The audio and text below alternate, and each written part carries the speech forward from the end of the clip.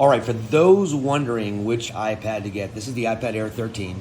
This is the iPad Pro M4.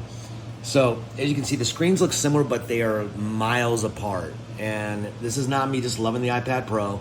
I've used these now for a couple days. I'm gonna show you guys the sound quality difference and all these other things. So if you look right here, this is your typical iPad liquid retina display on the iPad Air.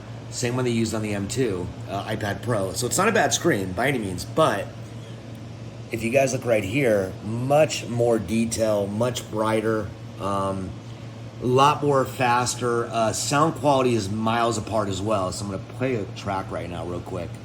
And so you guys can kind of hear. This is all the way up on the iPad Air.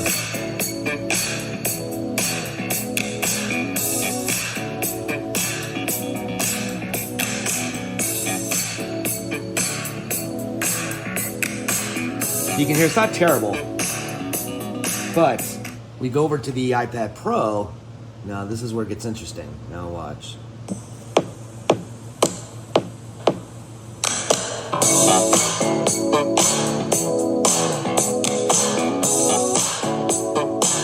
Now I want you to look at the detail too in the video. I'll put the other one back on. I know it's hard to see in the camera, but it is much more detailed. This is a really old video. So we got that out of the way. So you can definitely tell the quality, and again, I'll go back to this. There is a degradation of quality on the iPad Air that a lot of you remember the M2 Pro. I mean, they've been using the screen for quite a while. So another thing I want to mention too is speed.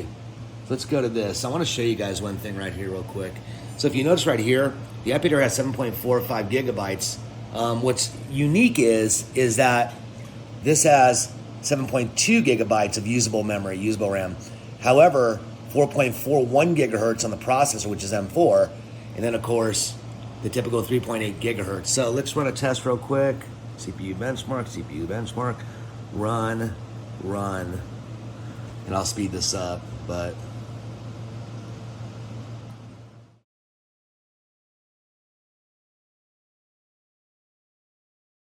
we started these both at the same time. iPad Pro M4, 3803 on the single core, 13296 on the multi-core.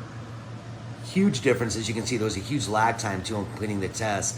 2634 single core, 10082 multi-core, which is really good, don't get me wrong.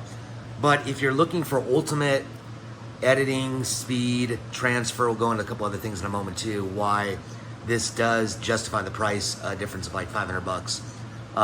So as you guys can see right here, both have the USB-C port and USB-C port, which I think I have them upside down. But anyway, trust me, they do. This one allows Thunderbolt transfer, which is 40 gigabytes per second. So if you have a hard drive, SSD drive that you're gonna plug in externally, you're gonna get a lot faster writer speed. You're also gonna notice the memory speed, read and write, is also much quicker.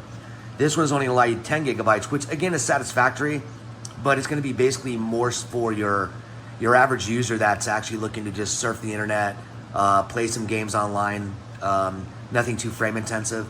60 hertz screen, huge difference. I'll show you guys right here.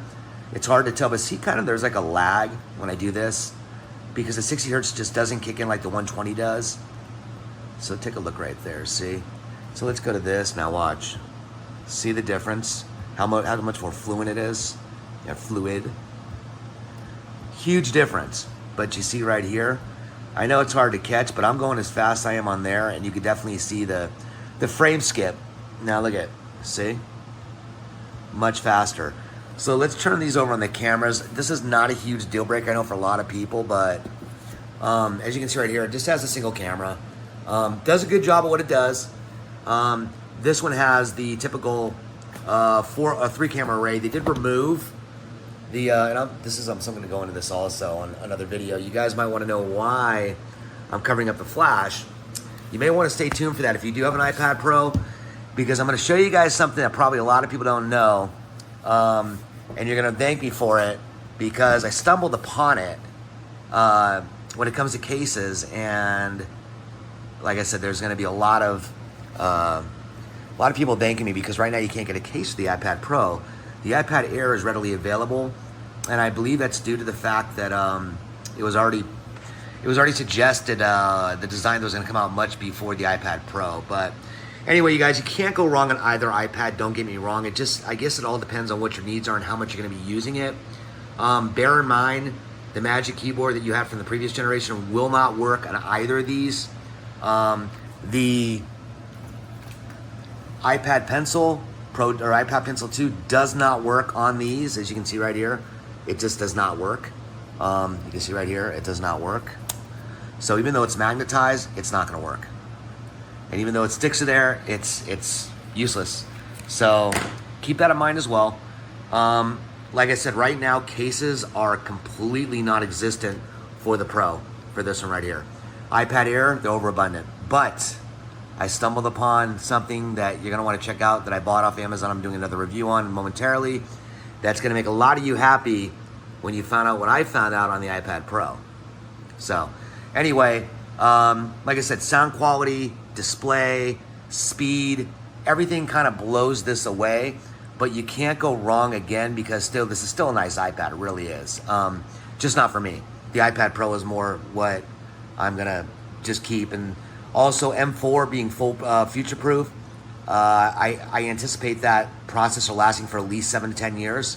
The M2's been around for a little while now, so bear that in mind. You know, when you're buying this, yes, there is a price upgrade, but you're going to be future-proof with this one.